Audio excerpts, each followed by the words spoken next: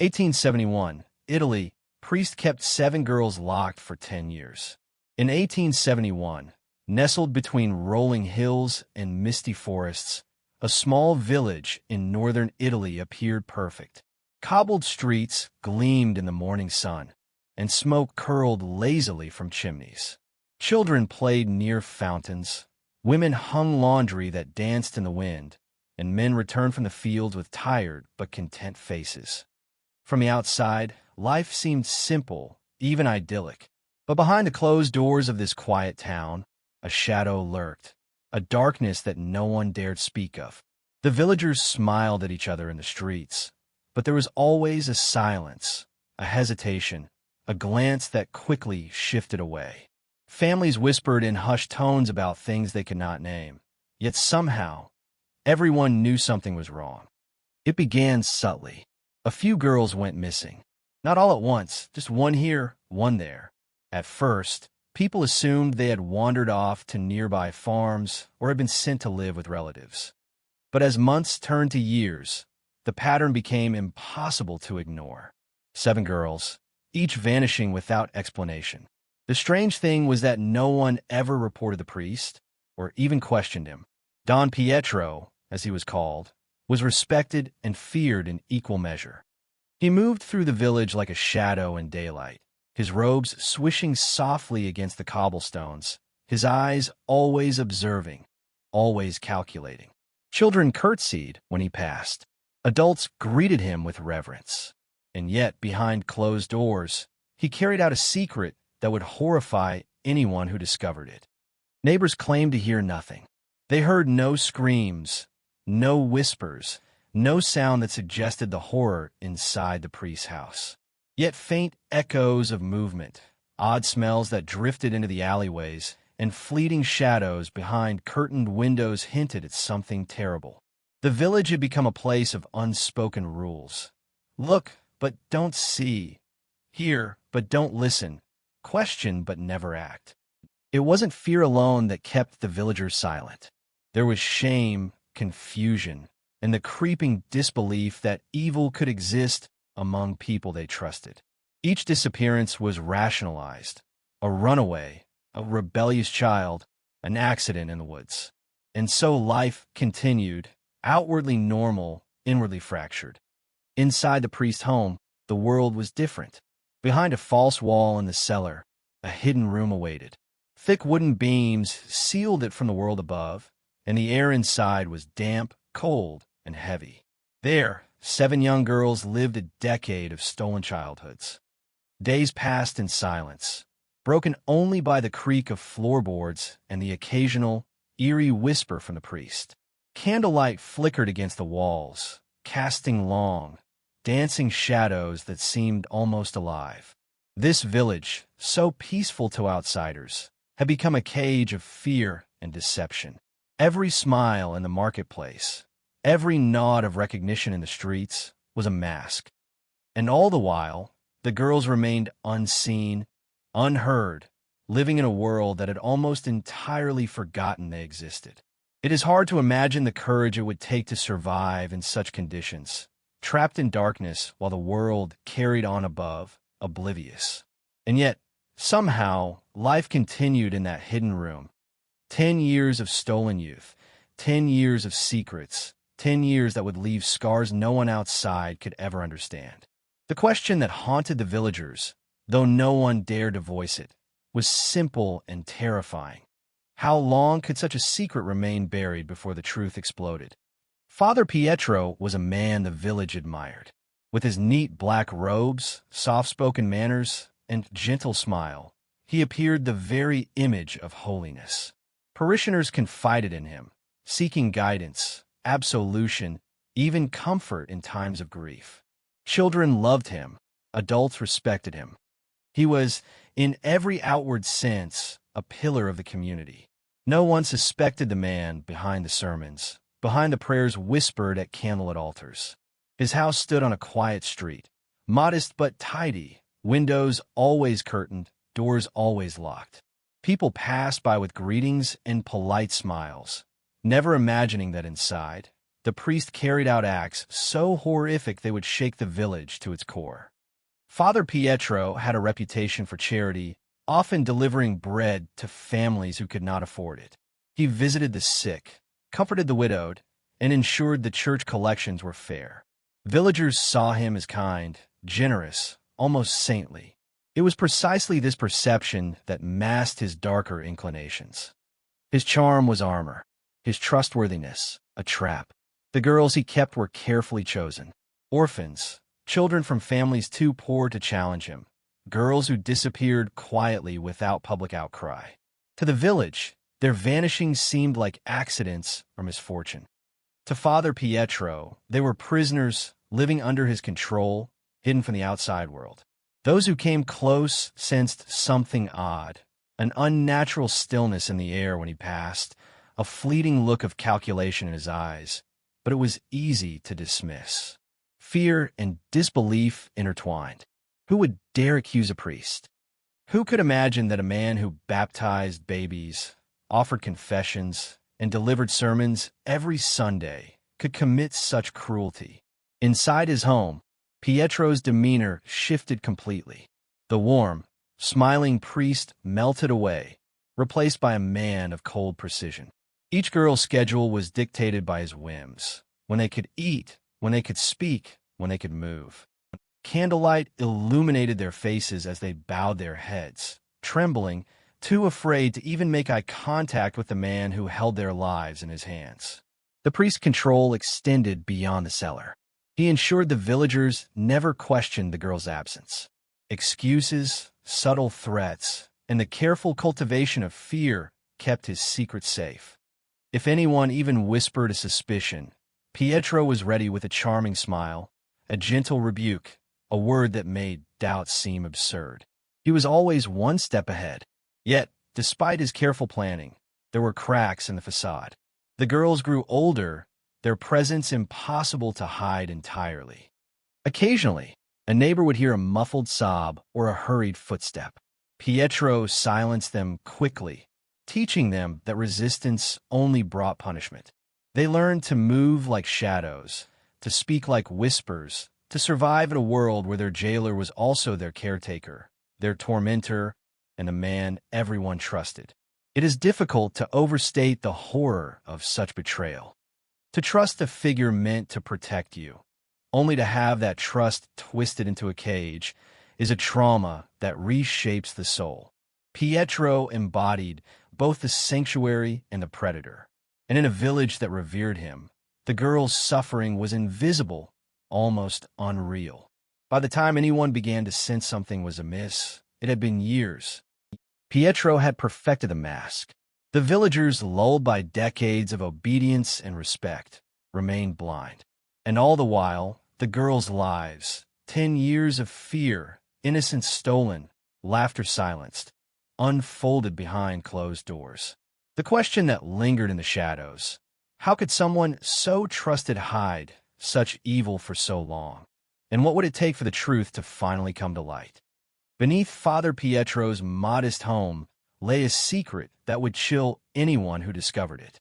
From the outside, the house appeared ordinary: tidy windows, a low chimney, a front door that opened with a polite creak. But below, hidden behind a false wall, was a cellar designed not for storage of wine or bread, but for confinement. The entrance was cunningly disguised. A simple bookshelf pivoted on hidden hinges, revealing a narrow staircase that descended into darkness. The air grew colder with each step, thick with the scent of damp stone and something more insidious, an underlying stench of neglect, of human suffering kept hidden too long. Only Father Pietro knew how to navigate it. To the outside world, it was a basement like any other. Inside, it was a prison. The cellar itself was small and oppressive, its walls lined with rough timber, sealed so tightly that no light could enter from above. The floor was stone, cold and unyielding, and the air remained stale, heavy with the smell of dampness and fear. 7 girls, ranging in age from 10 to 16, lived there. Their days were ruled by shadows, candlelight, and the omnipresent gaze of the man they could neither trust nor escape. Inside, time moved differently. Days bled into nights without the usual markers of sun or moon. The girls marked the passing of hours by the faint change in light from the candles or the sound of Father Pietro's footsteps above. They learned to speak in whispers, to move without making noise, and to survive on the meager provisions he left. Food was rationed, their movements controlled. Any disobedience invited punishment. A cold hand, a sharp word, a lingering stare that seemed to strip them bare of courage. The cellar had no comfort, no warmth, no windows. Only the girls' shared presence kept the darkness alive with whispered stories and fragile hope. They clung to each other, sharing memories of the world outside, even if those memories felt distant, almost unreal. Laughter had become rare, tears more common. The girls were prisoners not only of the room, but of time itself, their childhoods suspended in a cage of wood and stone. Father Pietro visited regularly, sometimes bringing small gifts to maintain obedience, a scrap of cloth, a piece of bread, a flicker of attention. But even these gestures were twisted tools to deepen control. The girls learned quickly. Any sign of joy, curiosity, or defiance could vanish in an instant if he deemed it so. Their world was measured in fear and fleeting moments of fragile hope. Outside, the village remained oblivious. The cellar had no sound that could breach the thick walls, and Pietro was careful to ensure no one saw anything unusual. Deliveries were made quietly, errands handled with polite excuses. He had perfected the art of appearing normal while concealing horrors beneath the surface. Yet, even in such darkness, resilience persisted. The girls whispered plans of escape in secret, small acts of defiance in shadows. They clung to memories of sunlight and the taste of fresh air, imagining a day when the cellar would no longer hold them. Each night, candlelight flickered over their frightened faces, casting shadows that danced like ghosts of the childhood stolen from them. The hidden cellar was more than a room. It was a crucible, shaping the girls' fear, endurance, and understanding of betrayal. And it was a symbol, a terrifying reminder that evil often hides behind trust, behind devotion, behind the smiles of those we are taught to revere. But even the most carefully built prison has cracks. Even the longest-held secret can falter. And in the silence of that cellar, the girls' spirits whispered, quietly, persistently, that one day the truth would claw its way into the light. The darkness of the cellar was absolute, broken only by the flickering light of candles Father Pietro grudgingly allowed. Every sound was amplified, the shuffle of bare feet across cold stone, the soft whisper of girls sharing secrets, the occasional sob that echoed off the walls. In that silence, voices became both lifeline and torment. The girls spoke to each other in hushed tones, sharing memories of the sun on their faces, the smell of flowers, the laughter of friends long lost. These whispers were their rebellion, a small thread of humanity in a world designed to strip them bare. Every word carried hope, fear, and despair intertwined, a fragile attempt to cling to life while imprisoned. Sometimes, the priest's footsteps above would fall like thunder. The girls froze, hearts pounding in unison, eyes wide in terror. Even the slightest sound, a dropped spoon, a cough, could invite his wrath. He moved like a predator, silent when he wished, terrifying when he chose, and the girls learned quickly to read every creak of the floorboards, every shadow that shifted. Nights were the hardest. In the oppressive darkness, every sound became magnified. The distant call of an owl, the scrape of a rat, even the girls' own breathing. They huddled together for warmth and courage, their whispered stories of home and freedom a fragile shield against the crushing weight of fear.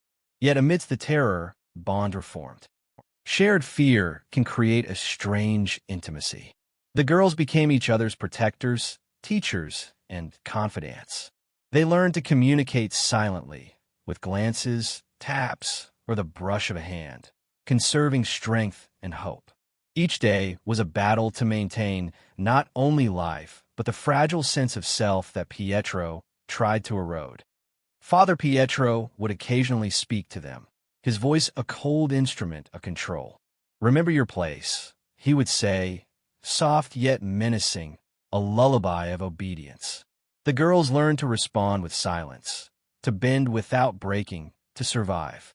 But even in his presence, sparks of defiance flickered, tiny acts that he could never entirely extinguish. A shared glance, a suppressed laugh, a whispered question that dared to exist in the shadows. In this darkness, the girls' imaginations became both curse and salvation. They recreated the world above in their minds, the cobbled streets of the village, the warmth of sunlight, the laughter of friends and family. These imagined worlds allowed them to endure, to preserve fragments of childhood stolen by cruelty. Each whispered story was a protest, each secret game a small victory against the relentless terror above. But the cellar also became a place of dread. The longer they were confined, the more the walls seemed to close in. Shadows became figures, silence became a roar, and the girls sometimes questioned whether the world above even remembered they existed. Yet, in that suffocating dark, voices soft, secret, human, remained the one thing that tethered them to hope. And as the years stretched on, these voices in the dark did something remarkable. They transformed despair into resilience. Even under Pietro's control, even in a world designed to erase them, the girls' humanity endured. The whisper of a story, the shared warmth of a hand, the courage found in unity, all of it became a quiet rebellion, a reminder that even in the deepest darkness, life finds a way to speak. The question that lingered, unspoken but pressing, was simple. Could these voices ever escape the cellar and reach a world that had nearly forgotten them? In the village above, life carried on as if nothing had changed. The markets bustled, the church bells rang, and children ran through the streets laughing. But beneath this ordinary rhythm, whispers began to circulate. Families noticed empty chairs at dinner tables. Neighbors remarked on missing children, and an uneasy tension began to creep into daily life. At first, the rumors were dismissed. "She wandered off," one mother would say. "Perhaps she went to live with relatives," another suggested. But the disappearances were too frequent to ignore. 7 girls, vanishing one by one, had left a mark on the village that could not be erased. Parents whispered behind closed doors, exchanging worried glances, but fear kept them silent. No one wanted to confront Father Pietro. To do so would be to question a man of God, a figure who preached morality, offered solace, and was revered in equal measure. The priest's outward kindness masked the suspicion that simmered beneath the villagers' polite smiles. To accuse him was unthinkable, and yet the sense of something terribly wrong lingered, growing heavier with each passing year. Stories began to take root in the marketplace and church pews. Some claimed they heard strange noises at night, a muffled cry, a hurried footstep, the faint scrape of something sliding along stone floors. Others swore they saw shadows moving behind Pietro's curtained windows, figures too small to be adults. Each whisper added to the tension, each suspicion met with a mix of disbelief and fear. Even the most courageous villagers hesitated. What could they do against a priest? What authority could challenge him without proof? And Pietro, ever aware, tightened his grip, ensuring that no one ever found enough evidence to act. His house remained ordinary, his demeanor impeccable, his secret intact. Yet the atmosphere in the village shifted imperceptibly. Parents became more protective, neighbors more watchful. The town itself seemed to hold its breath, as if waiting for a storm no one could see, yet felt in every silent glance, every unanswered question. Children whispered among themselves, imagining the missing girls in terrible ways, their innocence tinged with fear. The weight of suspicion, however, began to crack the illusion of normalcy. Small, seemingly insignificant signs, A missing toy, a door left ajar, a servant too nervous to speak, fed the growing unease. The whispers multiplied, forming a fragile network of silent accusation. Each rumor carried the seed of truth, though no one could yet fully grasp its magnitude. In this tense silence, the girls remained unseen, their cries muffled by walls and fear. The villagers' growing suspicion was both a threat and a promise. A threat to Pietro's control, a promise that the truth could no longer be hidden forever. Every whispered question, every furtive glance, added pressure to the house that concealed the horror below. It was a delicate balance, one that would not last. The town's silence was fraying, and with each passing day, Pietro's mastery over the shadows became more precarious. The question that lingered in every whispered conversation was urgent and terrifying. How long before someone dared to uncover what lay hidden? And what would they find when they did? For the 7 girls, childhood had become a distant memory, a fragile fragment of a world that existed before the cellar. 10 years of confinement had transformed laughter into caution, play into survival, and innocence into wary vigilance. They measured life in shadows and whispers, never knowing the warmth of the sun for more than fleeting moments. Every morning began the same way. A cold, unwelcoming stone floor, the flicker of a candle, and the soft shuffle of bare feet. Food arrived in small portions, carefully rationed to maintain obedience. Words were few, speech was controlled, and curiosity was punished. The girls learned quickly that small gestures, a glance too long, a whisper too loud, could bring fear cascading down upon them. Birthdays, holidays, seasons, all passed unnoticed in the cellar. The outside world continued without them. They never saw snow falling, never chased butterflies, never felt the exhilaration of running through open fields. Their lives were a perpetual limbo, suspended in fear and darkness, marked only by the steps of Father Pietro above and the rhythm of the flickering candlelight. Yet, in this stolen childhood, resilience took root. The girls clung to memories of warmth, songs, and the rare laughter that escaped even in the shadows. They invented stories of the world outside, creating imaginary gardens, distant villages, and freedom they could almost touch. These mental escapes were lifelines, moments when the soul could breathe despite the suffocating control above. Friendships became lifelines. The girls shared stories, comforted each other in fear, and silently coordinated small acts of rebellion. Moving quietly when Pietro entered, sharing extra crumbs, comforting the one trembling from punishment. The bond between them was unbreakable, a shield against the dehumanizing cruelty of their jailer.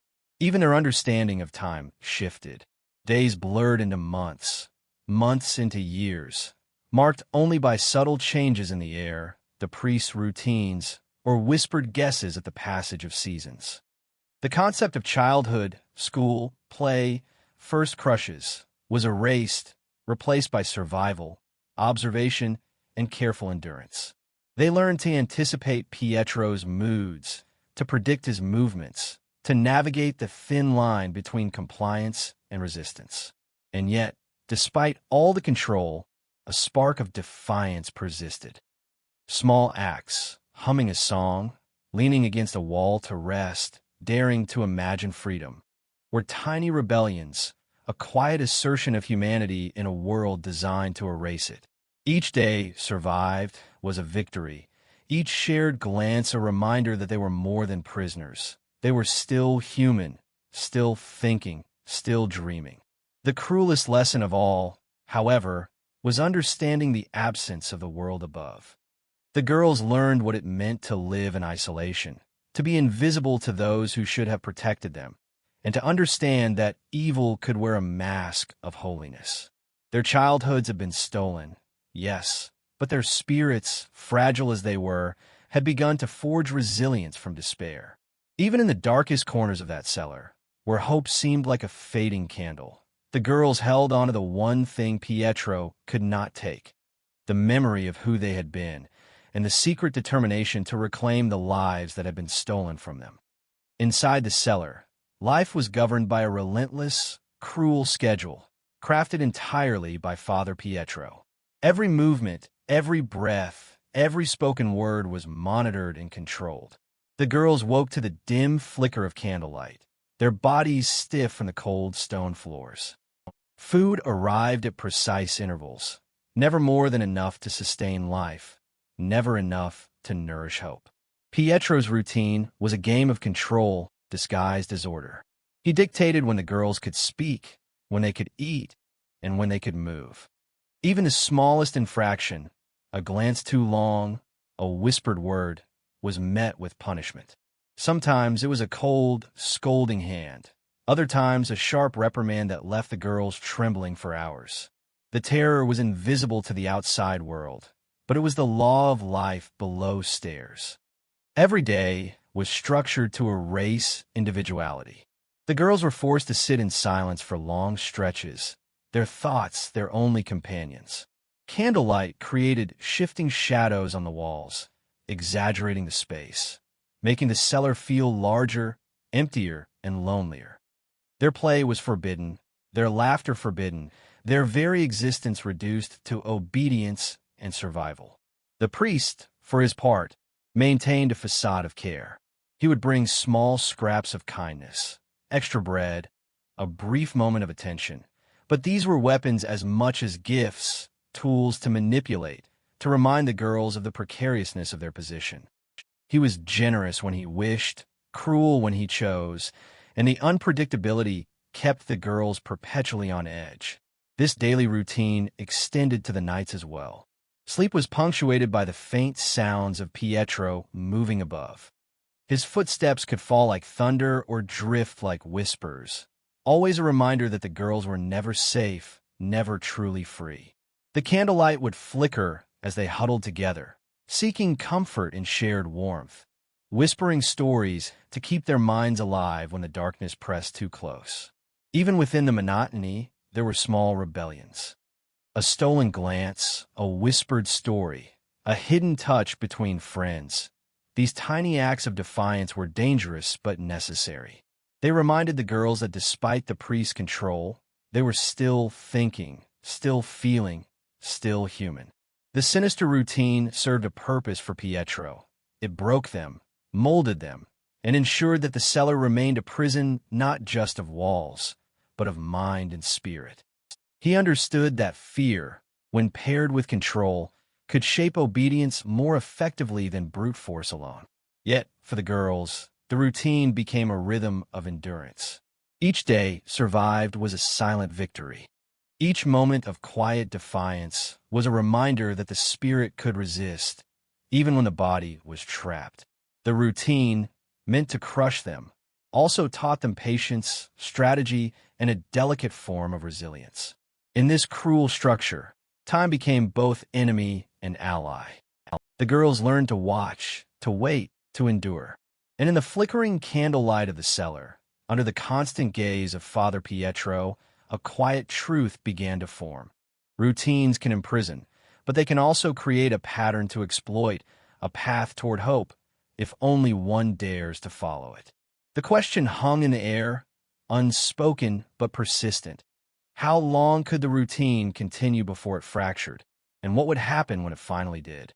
Hope flickered quietly in the hearts of the girls, but escape remained a distant, almost impossible dream. The cellar was meticulously sealed, every entrance hidden or locked, every potential weakness under Father Pietro's watchful eye. Yet for 10 long years, they imagined freedom, whispered plans in the shadows, and clung to the possibility that one day they could step into the world beyond the stone walls. Attempts were dangerous, and consequences were swift.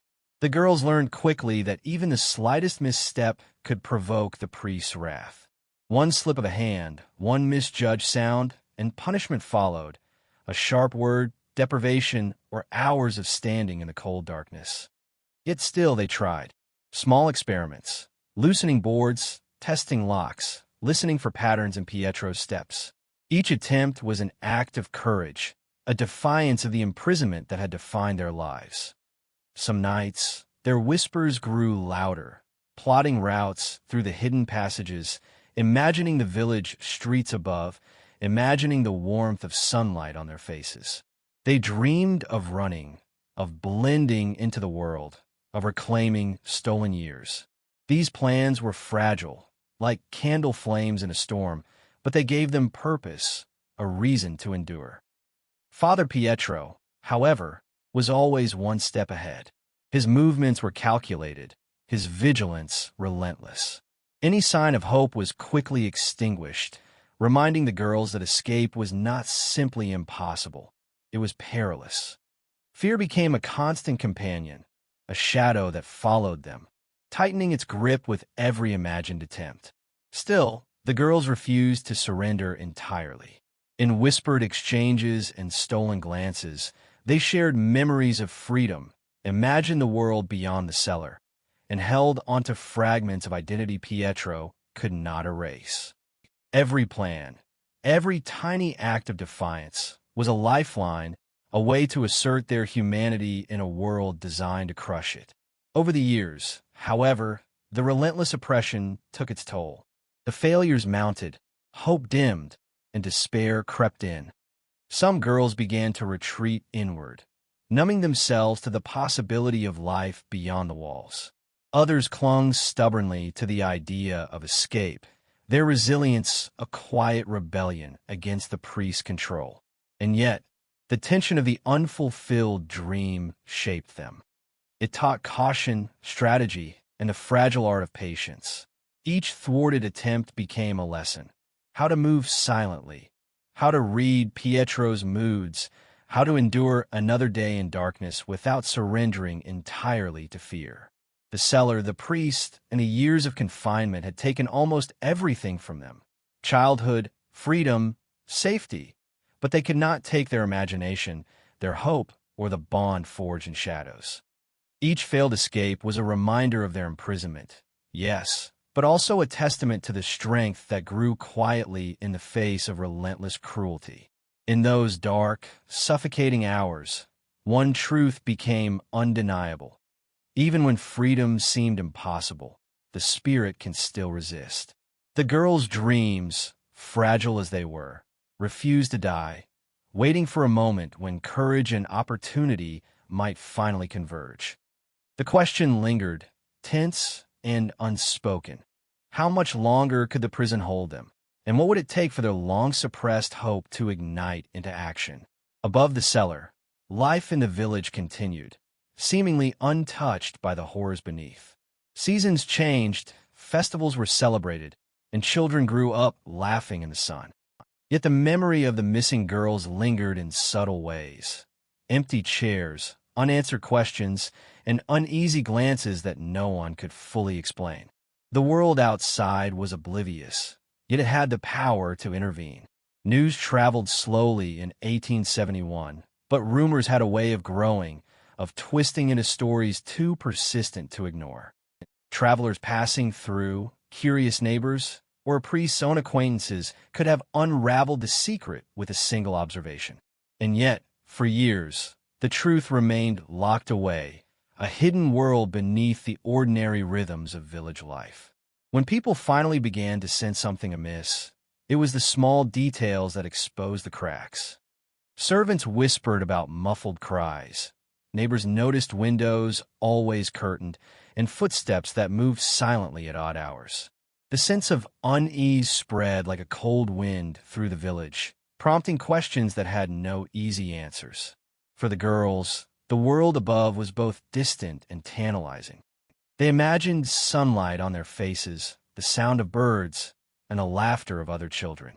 Every whisper of wind through the cracks in the cellar door, every faint scent of flowers or bread from above, reminded them of what they had lost and what could still exist beyond their prison.